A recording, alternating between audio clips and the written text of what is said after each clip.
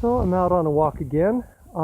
This time I decided I'm sick of trying to aim the camera so it points at my face. I mean, the point is what I'm saying anyway, so why should it point in one direction or the other? And I think where I'm going is probably a more interesting video than looking at my expression, which is kind of awkward. I look all kinds of nervous and stuff when I talk. I found out my eyes are darting around and stuff. But anyway, none of that matters. What matters is that there's another installment of Questionable Wisdom. This time I'm walking around through the alleys in Uptown Butte. Why am I doing this, you ask? Well, I'll tell you when the truck goes past because it's loud. I like alleyways. I especially like Butte's alleyways, and if you haven't spent much time in them, you really should. They're interesting. Okay, so sometimes they're terrifying with all the vehicles and stuff.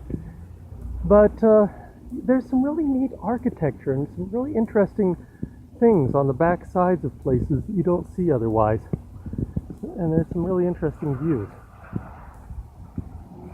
I'm actually want to develop some events that take place in the back alleys, but I have to look at the safety and logistics of that. It might come to nothing, so I don't want to say too much about it yet.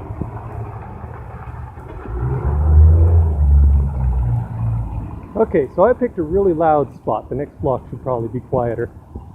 But, let's see, where did I leave off last time? We were talking about faith. The idea about faith and what is that, and about how some people have these weird ideas that it's some strange, mystic thing, and it's not really all that mystic. I mean, it can be.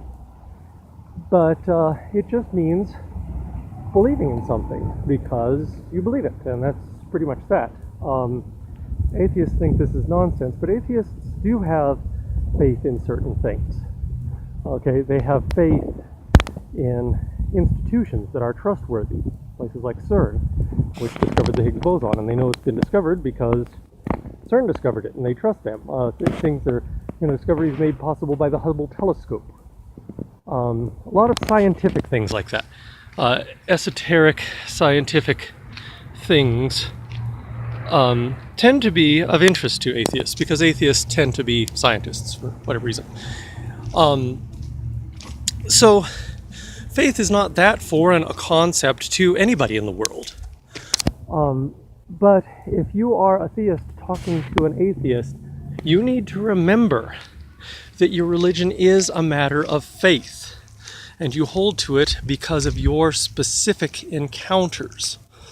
And the word encounter is a very important thing here, because if you believe in Jesus Christ, you don't necessarily believe in him because he has been proven to you. That is to say, because he exists. Okay, now it's important that he exists, sure, but that is not faith, strictly speaking. Faith is a belief in him, in what he means to you and what he does for you, because you have encountered him. You can't have faith in something that you haven't encountered.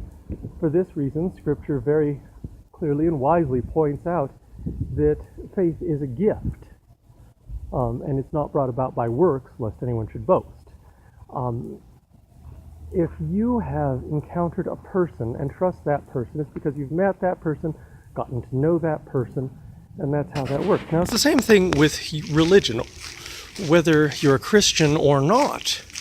Even if you're, a pagan or whatever, you have faith in something or someone that you have encountered. Arguing statistics and science and such with an atheist will not turn that person into a Christian, because that person cannot become a Christian until such time as he or she has encountered Christ for themselves. And until they do, they'll think that everything you're saying about Christianity is nonsense. And so would you if it weren't for that encounter. So would I. Because faith is not something that you learn by reason, by study. Faith is faith. And I've heard a lot of theists arguing with atheists, trying to convince them by whatever works of profound mental gymnastics that God exists, and therefore they should have faith. Well, that's not how faith works. Faith is faith, understanding is understanding, and they are two different things. So, hopefully that wraps up my talks about how theists talk to atheists and how atheists talk to theists. And hopefully I can go on to something else next time because, well, I figure some people might be getting bored by this point. If you're not, however, send me a question. Let me know what you want to know about, and I will tell you everything I know about the subject. Till next time, have a good week.